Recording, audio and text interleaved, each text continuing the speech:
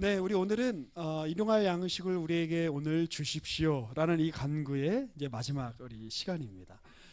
우리 함께 또 우리 지난 내용을 요약을 해보기 전에 우리 오늘은 제가 이전까지는 지난 두 주에는 일용할 양식에 좀 초점을 맞췄어요. 양식에 초점을 맞췄는데 아마 이제 시간 관계상 제가 매일에라는 그 항목을 조금 자세히 다루지 못한 거에 대해서 좀 아쉬움은 있습니다만 우리 오늘은 우리에게라는 데에 초점을 맞춰서 조금 오늘 더 같이 말씀을 나누려고 합니다. 자, 하나님은 하늘에 계시고 우리는 땅에 있죠. 우리가 어떻게 하나님께 도달할 수 있겠어요? 그런데 예수님께서 오셔서 우리를 예수와 묶으셔서 예수와 연합시키셔서 하나님을 아버지, 우리 아버지라고 부를 수 있게 하셨어요. 그래서 우리 마음껏 하나님 앞에 나아갈 수 있는 존재가 됐습니다. 자, 우리 처음 세 간구는 주님을 위한, 형식적으로는 뭐 최종적으로는 우리를 위한 간구지만 형식적으로는 주님을 위한 간구라고 말씀드렸어요. 주님의 이름이 거룩히 여김을 받기를 원해요. 두 번째로는 주님의 나라가, 하나님의 통치가 임하기를 원해요. 세 번째로는 하나님이 뜻하신 바가 이 땅에서 실현되기를 원합니다 라는 이제 세 가지 간구가 있다고 말씀드렸어요. 자, 그리고 이제 우리를 위한 본격적인 간구가 들어가는데 첫 번째 간구가 우리에게 매일 먹을 양식을 허락해 주십시오 라는 그런 간구입니다. 자, 우리 지난 시간에 했던 걸 좀 요약하면 이렇습니다. 우리 양식을 위한 간구는 무엇이라고요? 같이 읽어보겠습니다. 궁극적이고, 시작. 궁극적이고 영적인 것을 구하는 자리로 우리를 인도한다. 우리 눈앞에 보이는 떡, 우리 눈앞에 보이는 빵, 우리 눈앞에 보이는 돈, 그 자체가 궁극적인 것이 아니라 우리가 특별한 어떤 관계 속에 있기 때문에, 우리가 특별한 어떤 상황 속에 있기 때문에 우리에게 주어지는 거예요. 그러니까 하나님, 지금 나에게 빵을 주십시오. 내가 매일 먹을 월급을 주십시오. 내가 매일 벌 수 있는 일당을 주십시오 라고 표면적으로 우리가 간구하지만, 우리가 매일 일당을 받기 위해서는 뭐가 있어야 돼요? 일할 수 있는 직장이 있어야 되죠. 그렇죠? 우리가 매일 우리가 밥을 먹고 내가 매일 내 신체가 이렇게 살아갈 수 있는 힘을 얻기 위해서는 뭐가 있어야 돼요? 가정이 있어야 되죠. 집이 있어야 되고, 이런 것들을 위해서 우리 함께 간구하는 것입니다. 자, 지난주에서 이 내용을 살폈어요. 찬미하는 이들에게는 예수님께서 요한복음 6장에서 물고기 2마리와 보리떡 5개를 이제 축사하셨다, 축복하셨다, 그리고 하나님께 감사하셨다, 이렇게 우리가 그런 기록이 있는데, 그런 이들에게는 빵은 더 이상 단순한 빵이 아니에요. 그 밑에 또 우리 같이 한번 읽어보겠습니다. 시작. 이 창조세계가, 창조세계 안에 있는 우리라는 존재가 그것을 가능하게 하신 분을 기억하고 높이고 갈망함으로써 이미 거룩한 것이 되었어요. 맞아요. 만일 여러분들의 육체 자체는 중립적인 거예요. 그렇죠? 여러분들이 가지는 육체를 갖고 있기 때문에 어떤 그 가지는 욕망들이 있잖아요. 여러분, 그 아침에 침대에서 일어나고 싶지 않은, 그냥 더 자고 싶은 욕망은 선한 겁니까? 나쁜 겁니까? 오늘 이게 왜 저기 머리가 아파서? 손목을 어디 다쳤어요? 그래요, 그래. 내가 더 자고 싶은 욕망은 선한 거예요, 나쁜 거예요? 좋은 거예요, 나쁜 거예요? 중립적인 거죠. 그렇죠? 근데 그게 어떤 맥락 속에 있냐에 따라서 의미가 달라지지 않겠어요? 그렇죠? 내가 빨리 아침에 가서 내가 해야 될 일이 있는데 그 일을 다른 사람에게 떠넘기고, 갑자기 준호 형제님이 별일이 없어, 별일이 없는데 괜히 핑계대고, 야, 나 몸이 안 좋아서 늦게 갈 것 같아 이러면서 뭐 상부 형제님한테 네가 오늘은 PPT 해라고 떠맡기면, 그런 떠맡기는 행위는 뭐 떠맡길 수 있지만 중립적인 거지만, 어떤 맥락에서 떠맡기냐에 따라서 이건 나쁜 행위가 되기도 하고 좋은 행위가 되기도 하고 하는 것이죠. 우리 육신의 갈망은 여러분 그 자체로 중립적인 거예요. 그렇지 않아요? 먹고 싶은 욕망 좋은 겁니까, 나쁜 겁니까? 좋은 거예요, 어떻게 보면. 그렇죠? 그게 있어야 우리가 이렇게 생존을 할 수 있으니까, 살아갈 수 있으니까. 여러분, 성적인 욕망 좋은 겁니까, 나쁜 겁니까? 어떻게 보면 좋은 거예요. 그런데 이게 어떤 맥락에서 사용되냐에 따라 다른 거죠. 여러분의 육체, 여러분들의 삶 마찬가지예요. 중립적인 거예요. 그런데 언제 이것이 거룩한 것이 되나? 내게 주어진 것을 가지고 하나님께 감사할 때 그것이 거룩한 것이 되는 거예요. 그러니까 여러분에게 주어진 것, 여러분에게 주어지는 재화, 그러니까 뭐 재정, 뭐 돈이라든지 여러분에게 주어지는 재능, 이것들에 대해서 우리가 하나님 앞에 감사하고 송축할 때 그것이 거룩한 것이 된다라는 사실을 기억하셨으면 좋겠어요. 네. 뭐 저는 뭐 저기 다른 가진 거는 없지만 제가 늘 재화가 넘쳐요. 왜냐하면 제 아내 이름이 차재화거든요. 그래서 늘 제가 감사하죠. 예. 네. 제가 늘 감사하면서 모든 것이 광물이든 식물이든 뭐 저기 뭐 별이든 물이든 그 모든 것이, 모든 자연 세계, 모든 피조 세계가 그걸 가능하게 하신 분을 기억하고 그분을 높이고 그분을 갈망할 때 거룩한 것이 되는 거예요. 아마 이제 지난주 이 얘기가 조금 어려웠을 것 같아서 한 번 더 좀 강조를 했습니다. 자, 우리 오늘은 제가 아주 제가 좋아하는 그 프로였는데 몇 년 전에 그 넷플릭스에서 그 셰프의 테이블이라고 하는 혹시 뭐 보신 분들이 있으세요? 아주 굉장히. 근데 1화가 그 이탈리아에 있는 판차노 지방에 있는 그 토스카나 지방이에요. 그 피렌체가 있는 지역이 이제 토스카니 지방이죠. 예, 거기가 유명한 게 이제 두 개가 있죠. 뭐가 유명하죠? 스테이크가 유명하고 와인이 유명합니다. 거기서 나는 와인이 이제 끼안띠 와인이라 그래서 아주 스테이크랑 잘 이런 소리를 제가 스테이크가 잘 어울리는 와인이 아주 유명한 와인이 있죠. 이 셰프의 테이블이라고 하는 이 프로의 첫 번째로 나오는 사람이 이탈리아의 그 유명한 이제 그 셰프인 다리오 체키니라고 하는 사람인데요. 이 아저씨예요. 지금 이제 연세가 많이 드셨죠. 이제 1995년생이시니까. 자, 이분의 이제 식당을 가면 그 판차노라고 하는 아주 자그마한 이제 그 시골 같은 데에 그 있는데 그 이렇게 보면 이렇게 무슨 이렇게 뿔 나팔 같은 거 이렇게 이제 저녁 먹기 전에 막 불면서 등장을 해요, 이 아저씨가. 요즘은 이제 이분 연세가 많으시고 이제 유명해지셔갖고 이분의 이제 후계자들이 이제 아주 막 하면서 축제 분위기를 만들어요. 그리고 뭐라고 이야기를 하냐면 그 햄릿에 나오는 그 대사죠. 사느냐 죽느냐 그것이 문제로다. 그걸 패러디해서 소고기냐 안 소고기냐 그것이 문제로다. 굉장히 유쾌하죠. 그래서 이때 이제 전 세계에서 온 이제 그 손님들과 아주 이렇게 축제 분위기를 만들면서 이제 이렇게 식사를 합니다. 오늘 좀 설교하는 내용은 혹시 좀 육식을 좀 이런저런 이유로 거부하시는 분들께는 제가 조금 죄송하다는 좀 말씀을 먼저 좀 드리고 우리 오늘 설교를 할 것 같아요. 해야 될 것 같아요. 이제 고기 얘기가 많이 나옵니다. 그래서 좀 양해를 해주시면 감사하겠습니다.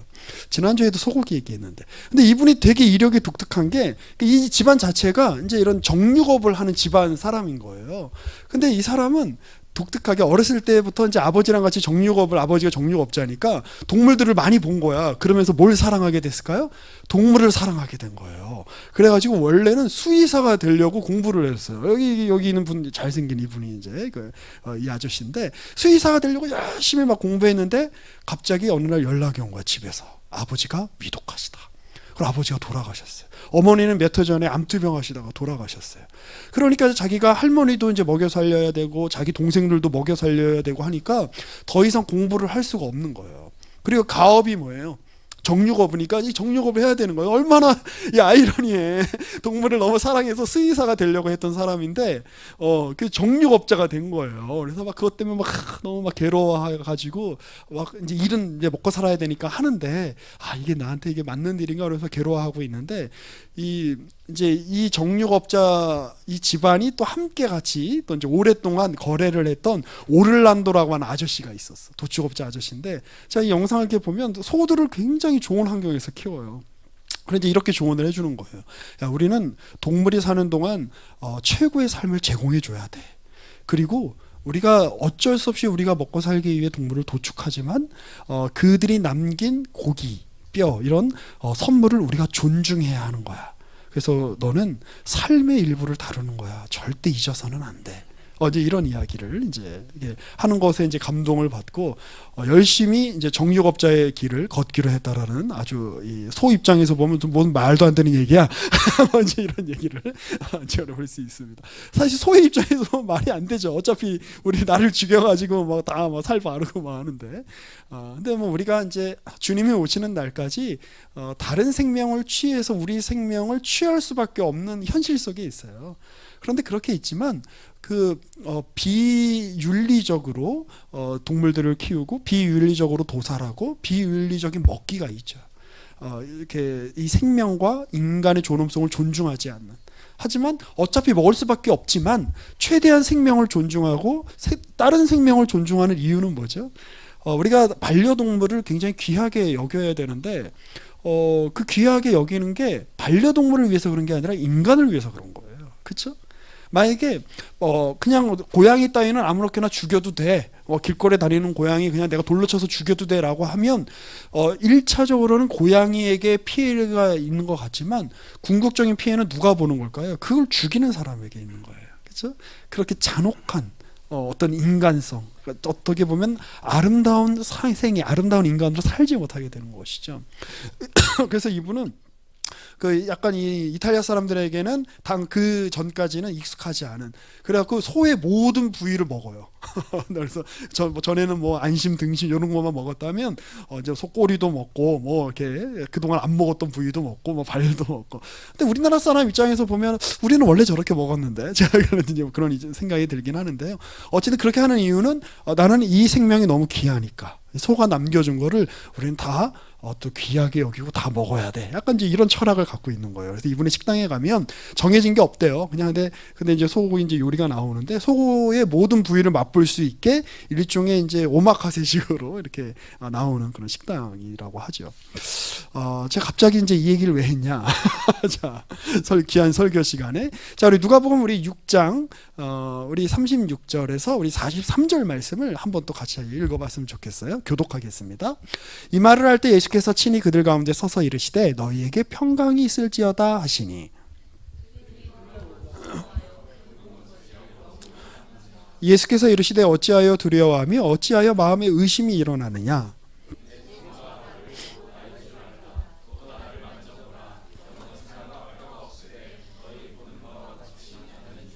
이 말씀을 하시고 손과 발을 보이시나.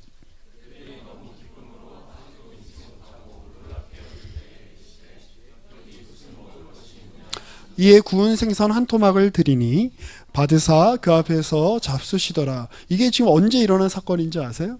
예수님이 부활하시고 나서 제자들을 처음 만났을 때예요. 근데 여러분 생각해 보세요. 여러분들이 예수님이라고 만약에 좀 신성모독적인 발언이지만 가정을 한번 해보세요. 그리고 죽으셨다가 부활하셨어요. 그리고 이제 사랑하는 제자들을 처음 만나는 자리야. 그러면 그때 우리 지혜자매님, 박지혜자매님은 뭐 하실 것 같아요? 만약에 내가 예수님이야. 그럼 뭐 해야 될 것 같아요? 부활한 다음에 처음 제자들을 만났어요. 아주 중요한 일을 해야 되지 않겠어요? 그렇죠? 저 같으면 지혜자매님 뭐 하실 것 같아요? 내가 예수님이라면? 표정이 아이씨 왜 나한테 질문이야? 내가 다음 주부터 앞에 안 나봐라. 뭐 하실 것 같아요? 이제? 악수. 그래 얘들아 반가워. 내가 다시 살아났다. 말하면서 내가 이럴 줄 몰랐지. 베드로에게는 손을 꽉 잡고 근데 너 그때 왜 그랬니? 저 같으면 아마 빌라도에게 찾아가지 않았을까 싶어요. 얘들아 가자. 이 나와봐리 이구여 이제 우리가 접수다. 네가 나를 십자가에 뭐 넘겨? 말하면서 대제사장이랑 가가지고 다 그냥 조사버리고 내가 여기다 이제 예수 지저스 왕국을 세우는 거야. 그리고 깃발 딱 꽂지 않았을까 싶어요. 그러다가 자 우리 그 다음은 어디로 가? 로마로 가자. 자, 주님 그렇게 안 하세요. 되게 희한하지 않아요? 제자들 처음 딱 만나는데 딱 하는 말이 제자들이 이게 어떻게 된 거야? 진짜 예수님이야? 막 손과 발 만지고 막 보고 막 만지고 하는데 주님께서 야 배고프다. 여기 뭐 먹을 거 없냐? 그러니까 제자들이 먹다 남은 이제 생선 한 토막을 드리니까 그 앞에서 앉아갖고 맛있게 잡수세요. 너무 이상하지 않아요? 그러니까 맨날 성경을 읽으니까 그냥 넘어가는데 맥락을 생각해봐. 진짜 이상하잖아. 아니 이미 죽으셨다가 부활하신 분이 왜 허기가 적겠어요? 그렇죠? 이미 부활체인데. 이 죽음을 이기시고 부활하신 분인데 처음 한 일이 뭐냐면 그 생선을 먹은 거야. 같이 제자들하고 밥을 먹은 거예요. 그러면 이 일은 예수님이 이 밥을 먹었다. 그러니까 생선을 드셨다는 거는 이제 밥을 먹었다는 뜻이죠. 밥을 드셨다는 뜻이죠. 식사를 했다는 뜻이죠. 이게 부활하시고 난 다음에 처음 행하실 정도로 굉장히 중요한 일이었다는 거예요. 제자들에게 개인적으로는 몇몇하게 보여주신 적이 있습니다만 엠마오로 가는 제자들한테도 마찬가지죠. 그들이 누군지 몰라요, 예수님이. 그러다가 그들이 날이 저물어서 어떤 이제 호텔에 이제 딱 유숙하면서 숙소에 유숙하면서 이제 같이 떡을 뗄 때 식사할 때 그들의 눈이 밝아지면서 예수님이네. 그러니까 이게 아주 중요한 의미가 있다는 거예요. 자, 그리고 이제 우리 사도행전 2장 오늘 읽었던 본문인데, 자, 초대교회 성령이 이렇게 임해요. 임하면서 뭐가 만들어지냐면 교회가 만들어지는데, 46절 우리 다시 한번 읽어볼까요? 46절만 시작. 날마다 마음을 같이하여 집에서 떡을 떼며 기쁨과 순전한 마음으로 음식을, 집에서 떡을 뗐다라는 거는 그냥 맨날 집에서 삼시세끼를 먹었다 이런 뜻이 아니라 이거 약간 성례전적 표현이에요. 그러니까 집에서 성찬식을 했다. 집에서 함께 같이 음식을 나눴다. 그 성찬식의 원래 의미도 우리는 지금 굉장히 엄숙하게 하고 일종의 종교적 예식으로만 생각하는데 원래는 식사야. 예수님이 십자가에 못 박히시기 전에 제자들하고, 야, 내가 내일이면 우리 죽음으로 여행을 떠나는데 우리 여행 떠나기 전에 마음껏 한번 실컷 한번 먹자 이러고 우리 유월절 식사를 거하게 하신 게 바로 이 성찬의 첫 시작이에요. 그러니까 식사가 원형이에요. 예식, 종교적인 형식이 원형이 아니라. 그러니까 이 우리가 매일 먹는 이 일상의 자리, 일상의 식사라고 하는 것만큼 우리의 일상에 일상적인 게 없죠. 매일 하는 거잖아. 그렇죠? 어떤 사람은 3끼, 뭐 저 같은 경우는 2끼, 어떤 사람은 뭐 5끼 이렇게 먹는데 매일매일 일어나는 그 일상에 거룩함이 부여되는 행위가 바로 성찬행인 거예요. 자, 그러면 이런 성경의 말씀들이 어떤 의미가 있는 걸까? 교회란, 우리 같이 한번 읽어볼래요? 시작. 교회란 부활하신 주님이 그들 중에 함께하는 사람들의 모임이에요. 그러니까 주님께서 제자들 가운데 함께하고 계세요. 성령으로 함께하고 계세요. 그런데 그 주님의 함께하심이 어떤 거다? 모호하지 않다는 거예요. 주님의 현존은 모호하지 않아요. 구체적인 살과 구체적인 뼈로 드러나요. 주님의 현존은 가상현실이 아니에요. 주님의 현존은 어떤 추상이 아니에요. 주님의 현존은 어떤 그냥 막연한 어떤 사상 체계가 아니에요. 그 미셸 앙리라고 이제 프랑스의 현상학자 중에 한 사람인데, 이 사람이 죽기 전에 쓴 책 중에 육화, 살의 철학이라는 책이 있어요. 근데 그 사람이 그 책에서 그런 얘기를 해요. 이제 말년에는 그 되게 신기해요. 그 서양에 있는 그 철학자들을 보면 처음에 다 무신론으로 시작을 하다가 인생의 이 말기에 가면 이 신앙적인 주제들을 엄청나게 탐닉을 해요. 그러니까 자기가 평소에 해온 게 있으니까 나는 회심했어요 이렇게 얘기는 안 하는데, 뭐 예를 들어 아주 유명한 프랑스의 뭐 해체주의 철학자인 자크 데리다 같은 경우도 말년에 가면 이 용서와 환대라고 하는, 그리고 어떤 신앙의 문제에 엄청나게 몰두를 하거든요. 근데 이 미셸 앙리라는 이 철학자도 마찬가지였어요. 이 사람이 현상학자인 동시에 그 굉장히 그 마르크시즘의 아주 정통한 학자였는데, 이 사람이 죽기 전에 쓴 책이 육화 살해 철학인데 이게 무슨 얘기냐면 예수님의 성육신을 계속해서 철학적으로 탐구한 내용이에요. 근데 그 책의 결론 부분이 그런 얘기를 해요. 기독교는 사상들의 어떤 체계에 불과한 게 아니다. 기독교는 그 자체로 살과 뼈에 관한 거다. 놀랍죠. 그 기독교 신앙이라는 게 얼마나 놀라운 건지 한번 곰곰이 한번 생각해 보세요. 주님의 현존이, 왜 주님이 오셔서 이렇게 물고기를 드셨을까요? 부활하신 주님, 그 주님과 함께하는 교회가 추상적이거나 막연한 게 아니라 구체적인 거라는 거예요. 주님의 현존이 실제적인 거라는 거예요. 자, 또 한번 같이 한번 또 읽어볼까요? 교회란부터 우리 밑에 단락까지 같이 한번 읽어볼게요. 시작. 교회란 주님과 그분이 부르신 사람이 함께 먹고 마시는 공동체이다. 우리는 추상이나 관념이 아닌 구체적인 실존으로 세상 한가운데 서게 될 거다. 그래요. 그러니까 이제 문장을 제가 일부러 좀 이렇게 좀 비슷하게 썼는데, 교회란 첫 번째로 부활하신 주님이 우리와 함께하는 사람들의 모임이에요. 자, 교회란 부활하신 주님과 그분이 부르신 사람들이 함께 먹고 마시는 공동체예요. 그래서 우리는 추상이나 관념이 아니라, 먹는다는 건 뭐예요, 여러분? 여러분 저기 무슨 뭐 메타버스라는 말 몇 년 전부터 엄청 유행하고 있는데, 메타버스에 있는 캐릭터가 음식을 먹을 수 있나요? 실제적인 음식을 못 먹어요. 그 안에서 음식을 만들어서 먹을 수는 있겠지. 그럼 우리의 눈에 보이는 우리가 만질 수 있는 이 진료들, 이 재료들로 만들어진 음식을 먹을 수 없어요. 우리가 매일 그걸 먹어야 돼요. 우리 인간의 의식이, 저는 이게 요즘 현대 들어서 확장이 된 건지 퇴화가 된 건지 잘 모르겠는데, 아무튼 우리 인간의 의식이 뭔가 이렇게 이전 사람들이 못 보던 것들을 보게 되고, 가상현실들을 보게 되고, 넷플릭스를 들어가면 하나의 우주가 펼쳐지죠. 저 넷플릭스 들어갈 때마다 이건 또 하나의 우주다 이런 생각이 들어요. 정말 내가 평생 봐도 못 볼 수많은 어떤 영화들, 드라마들이 이렇게 펼쳐져 있잖아요. 제가 그 네이버나 그 다음에 그 웹툰을 이렇게 볼 때마다 맨날 그 생각이 들어요. 이거는 우주다 하나의. 인간은 어쩜 이렇게 우주를 만드는 존재일까? 뭐 볼 게 많죠. 월요일에는 뭐 아비무쌍을 봐야 되고, 수요일에는 화산귀환을 봐야 되고, 목요일에는 관존 이강진을 봐야 되고, 뭐 금요일에는 호랑이 형님을 봐야 되고, 바빠요 저도 이렇게 들어가면 바쁜데 하나 이렇게 세계가 펼쳐져 있죠. 그런데 그러한 세계, 우리가 만들어 추상적인 세계 이전에 우리는 추상이나 관념이 아닌 구체적인 실존이라는 거예요. 교회는 구체적인 실존으로 세상 한가운데 서는 공동체다. 이게 바로 주님이 오셔서 맨 먼저 하신 게 뭐예요? 식사하셨다. 먹는다. 그리고 교회가 먹는다라는 행위를 굉장히 중요하게 여기죠. 자, 우리 마지막으로 한 번 더 봅시다. 같이 한번 읽어주세요. 시작. 교회란 가족이자 식구로 모이는 곳이다. 십자가 사건 전에 행하셨던 주님의 사역은 부활로 더욱 확장된다. 그러니까 주님이 십자가 사건 전에 최초의 성찬식을 하면서 이거 내 살이다, 내 피다라고 하면서 매일의 식사를 거룩한 걸로 바꿔버리셨어요. 물고기 2마리와 보리떡 5개 축복하시면서 그냥 물고기 2마리와 보리떡 5개야. 근데 주님이 축사하시자 그것이 거룩한 것이 되었어요. 사람들을 살리는 것이 되었어요. 이제 주님께서 제자들을 그렇게 파송하시는 거예요.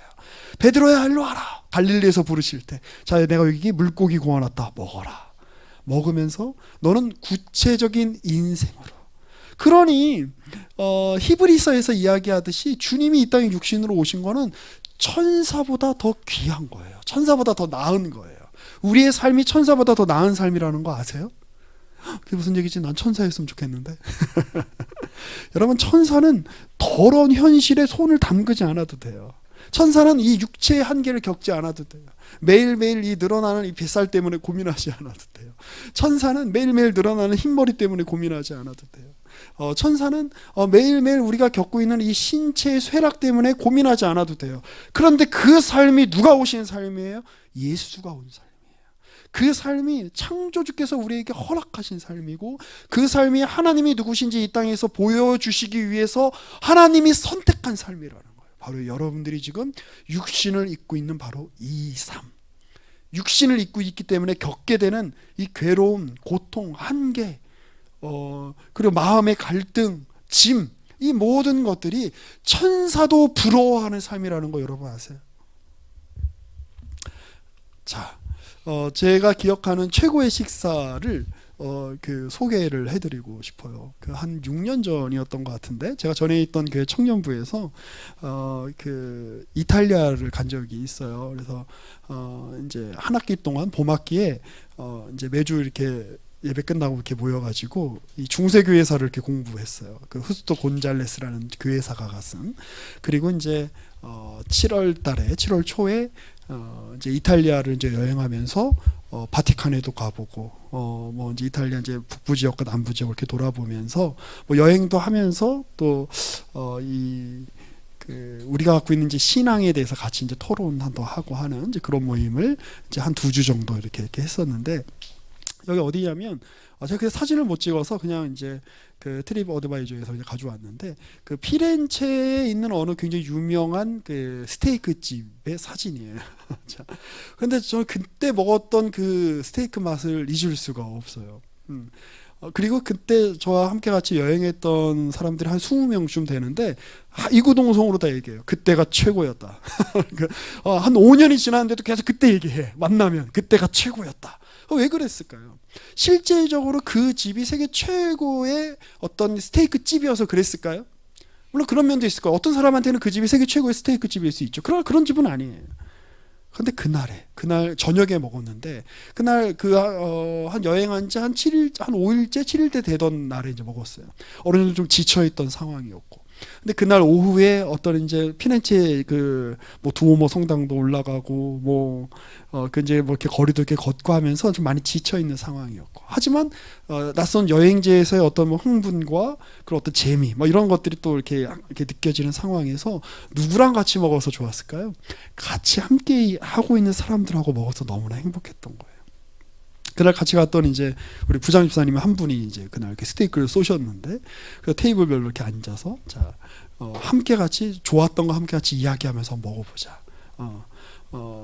그 이제 와인이 조금씩 나왔어요. 그래서 와인 한 잔 마실 때마다 내가 지금 여행에서 제일 감사하고 좋은 게 뭐였는지를 한번 이야기하면서 그걸로 우리가 한번 축배를 들자. 그날 식사를 지금도 잊지 못해요.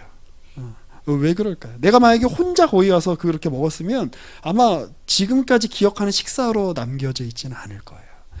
공동체가 함께 먹었기 때문에 그날 너무 좋고 행복했어. 이 여행의 어떤 그런 이제 그 설렘과 여행의 어떤 그런 기분 좋음이 함께 같이 이렇게 섞여 있었기 때문에 이제 그게 가능하지 않았는가 싶어요.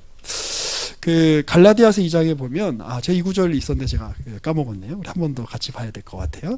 함께 교독해 볼게요. 게바가 안디옥에 이르렀을 때에 책망받을 일이 있기로 내가 그를 대면하여 책망하였노라.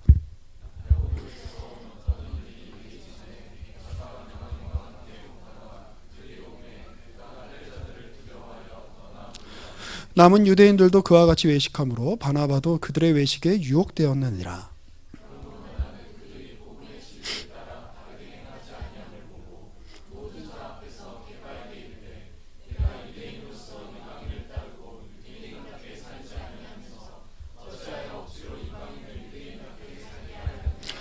지금 그러니까 이제 내용이 뭐냐면 바울이 게바가 누구죠? 베드로예요. 예수님의 수제자예요.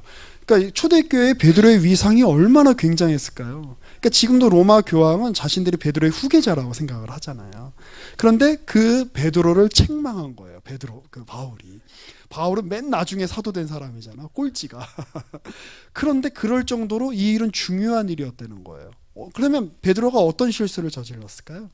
베드로가 이방 사람들하고 안디옥에 그 있는 사람들이랑 같이 이방 사람들, 그러니까 유대인이 아닌 사람들하고 같이 식사를 하던 중이었어요. 그런데 유대인들의 율법에 따르면 유대인이 아닌 사람과 유대인이 식사를 하면 될까요? 안 될까요? 안 돼요.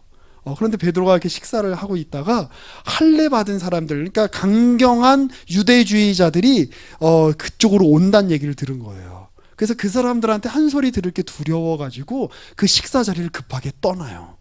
그 소식을 바울이 들은 거예요. 그러니까 바울이 정말 아주 극대노해가지고 이야기하는 거죠. 당신이 사도인데 그런 외식에 유혹되면 되겠느냐? 이거는 복음의 진리를 따라 바르게 행하지 않은 거다라고 하며 베드로를 엄청 책망하는 거예요. 너 그럴 거면 그냥 유대인으로 살지 네가 무슨 사도라 그러냐? 아주 굉장히 심한 말을 하고 있는 거예요. 근데 이게 왜 중요했을까요? 왜 유대인들은 유대인이 아닌 사람들하고 식사를 하지 않았을까요? 그들과 식사를 하게 되면 자신들의 정체성이 흐려지고 무뎌지고 유대인이 아닌 존재로 오염될 수 있다라고 생각을 했기 때문에 사실 그렇게 생각을 했을 거예요. 그러니까 나름 의의가 있죠. 그러나 예수님이 오셔서 하나님의 모든 언약과 하나님의 모든 복이 유대인들뿐만 아니라 모든 이방인들에게도 흘러넘친다라고 하는 이 복음의 내용을 가시적으로 보여주는 게 뭐예요? 함께 식사하는 거예요. 유대인이나 헬라인이나 이방인들이나 다 한자리에 모여가지고 함께 주님의 떡을 나누고 주님의 포도주를 나누면서 우리는 뭐다? 한 식구다. 이게 아주 중요한 복음의 내용인데 베드로가 강경한 유대파들을 두려워해서 그 식사 자리를 떠남으로 복음의 아주 핵심적인 내용을 어그러뜨렸다라고 하며 지금 바울이 아주 그거에 대해서 지적을 하고 있는 것이죠. 그러니 함께 식사를 한다라고 하는 것이 교회에서 얼마나 중요한 것인가 곰곰이 생각을 해보시길 바래요. 자, 이 마지막으로 이제 우리 그 다리오 체키니의 그 다큐멘터리 셰프의 테이블에 나오는 한 장면은 되게 인상적이었어요. 이분이 식당 분위기를 어쩜 이렇게 환대하고 손님들을 이렇게 즐겁게 만들어줄 수 있을까? 집안 분위기였다는 거예요. 이분의 집안은 늘 환대하는 집이었대요. 그래가지고 이렇게 저녁 식사 시간이 되면 시끌벅적하게 함께 같이 음식을 나누고 여럿이서 모여서 같이 식사하면서 이런 말을 이렇게 했는데 제가 굉장히 인상적이었어요. 손님이 오시면 자리를 만들죠. 한 명이든 10명이든 상관없어요. 약간 우리나라도 그런 문화가 좀 있었죠. 누구 이렇게 오면 아, 숟가락 하나만 더 놓으면 되지. 와, 같이 먹어. 근데 우리가 이제 사회가 이제 점점 우리가 이제 개인화되고 분화되면서 이런 식사 공동체 식사 문화가 점점 이렇게 좀 사라지는 것 같아서 좀 이제 아쉬워요. 우리 그런 부분들이 우리 안에서 좀 잘 복원이 되면 좋을 것 같아요. 자, 이런 거는 이제 우리가 구체적으로 이렇게 저는 결론을 지을 수 있을 것 같아요. 적어도 우리 교회에 온 사람이라면 이 저기 식당 주인도 우리 식당에 온 사람, 우리 가족이 함께 식사하는 자리에 온 사람이라면 누구도 굶게 하거나 정말 배고픈 채로 돌려보내지 않겠다, 이게 그분의 철학인데 우리도 역시 그런 마음을 가져야 되지 않겠어요? 적어도 우리 교회에 온 사람이라면 굶게 하지는 않겠다, 그냥 돌려보내지는 않겠다. 이게 구체적으로 무슨 뜻이에요? 자, 설령 여부만 한번 같이 한번 읽어볼게요. 시작. 설령 저 사람이 내 마음에 들지 않는 조건을 가지고 있다고 하더라도 나는 저 사람과의 연합과 교제를 거부하는 방향으로 나아가지 않겠다. 그 바울이 베드로를 책망했던 이유예요. 자, 그래서 저는 여러분들에게 이런 조언, 그리고 저에게 하고 싶은 조언이에요. 여러분, 우리 함께 같이 공동체로 우리가 부름을 받았기 때문에 여러분이 배부르려고 하지 말고 다른 이를 배부르게 함으로써 우리 모두 서로가 함께 배부른 공동체가 되었으면 좋겠어요. 우리가 함께 배부르다라는 건 어떤 걸까요? 이 예만 좀 드려보고 싶어요. 제가 설교자인데 설교를 하는 목적이 제 어떤 학식이나 어떤 제가 갖고 있는 내가 남들보다 나아라고 하는 것을 드러내기 위해서 설교를 한다면 설교자의 목적에 부합을 하는 걸까요? 부합하지 않는 걸까요? 부합하지 않는 거예요. 설교의 목적은 하나님의 말씀을 여러분들에게 증거함으로 하나님의 말씀을 여러분들이 먹게 하는 게 목표예요. 저를 드러내는 게 목표가 아니에요.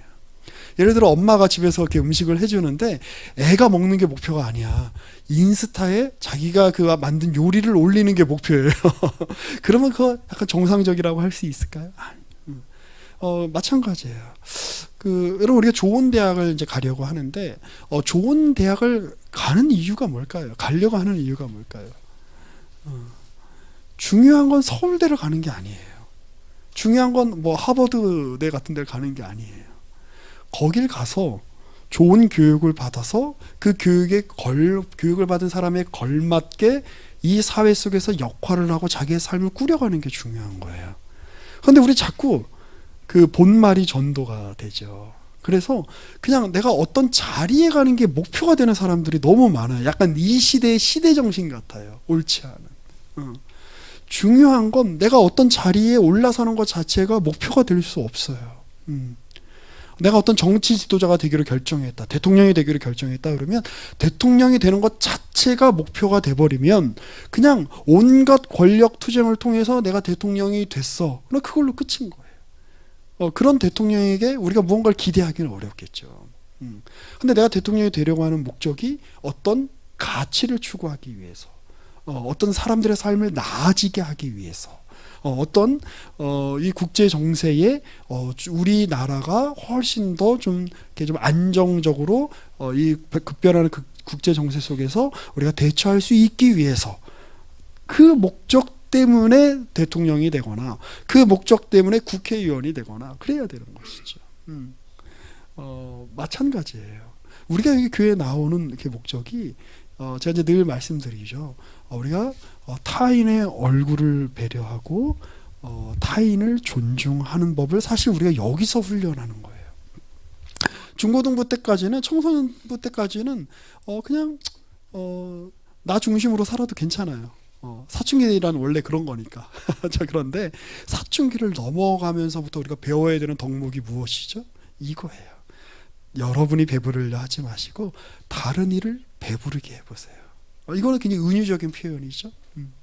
여러분, 그럴 때 우리 공동체가 예수로 말미암아 풍성한 공동체, 배부른 공동체, 그런 공동체를 그런 생각을 해봅니다.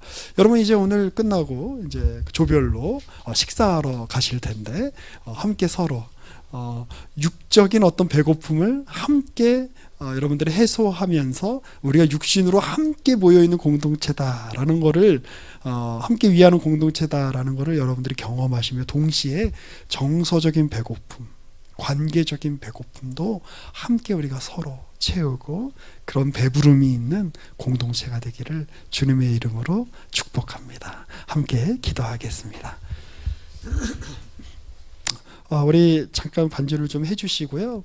우리 묵상으로 우리 함께 좀 기도하실 때 이렇게 기도했으면 좋겠어요.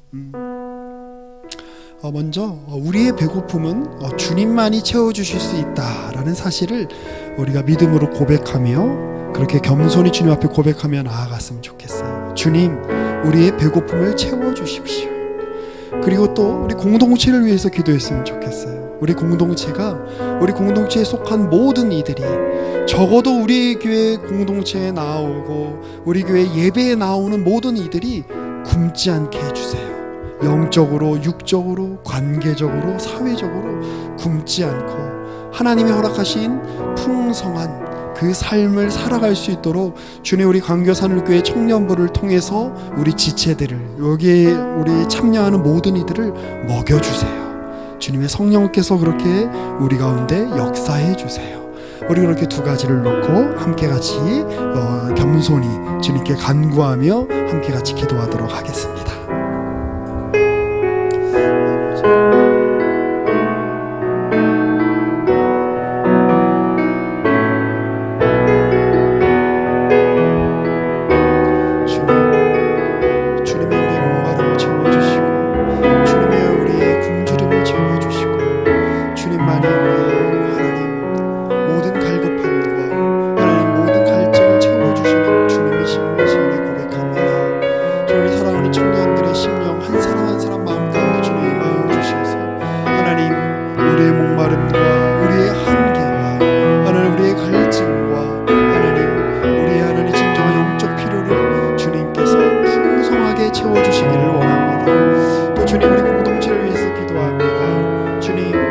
광교산울교회라고 하는 우리 청년부라고 하는 이 공동체에, 이 집에 오는 모든 이들이 함께 주님을 예배하고 함께 교제하고 함께 말씀을 나누고 함께 성경을 공부하고 함께 운동하고 함께 시간을 보낼 때에 굶주리는 이들이 없게 하여 주십시오. 주여, 내가 배부른 것이 목적이 아니라 주님, 다른 이들을 배부르게 하는 삶을 살게 하여 주십시오. 하나님, 그러므로 함께 하나님 우리가 서로 교제할 때 누리는 그 풍성함과 만족함과 하나님 주님 우리에게 허락하시는 그 부유함을 하나님 우리가 한껏 맛보는 우리 공동체가 될 수 있도록 하나님 우리와 함께하여 주옵소서.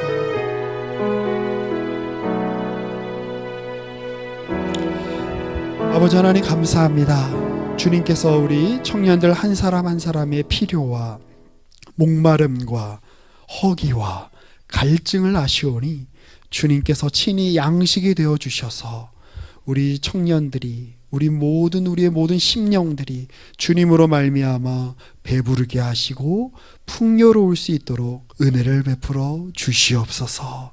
주님, 우리 광교산울교회 청년부에 오는 모든 이들이 주님으로 말미암아 풍성하고 배부르고 주님으로 말미암아 풍족한 하나님 그러한 삶을 살아갈 수 있도록 우리 공동체와 함께하여 주시옵소서.